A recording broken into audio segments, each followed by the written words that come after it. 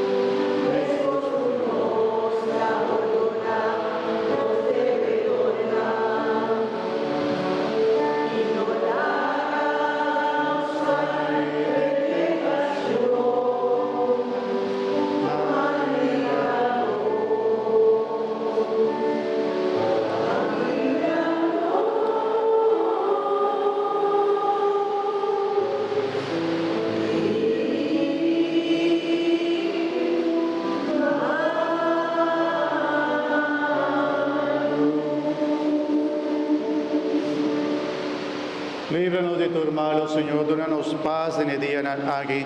Ayúdanos con tu misericordia para nos quedar siempre libres de pecar y proteger contra tu tribulación, mientras nos aguarda la venida gloriosa de Jesucristo, nuestro Salvador.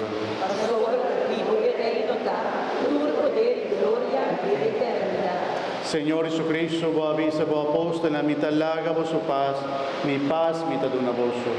No míranos mecanas, sino fe de vos iglesia, y según vos voluntad, donanos paz y unidad completo. A vos que viva y reina, dentro del siglo de siglo. Amén. Paz del Señor sea siempre con vos. Y tu voz, Espíritu. Mormanan en Cristo, la que nos desea otro paz.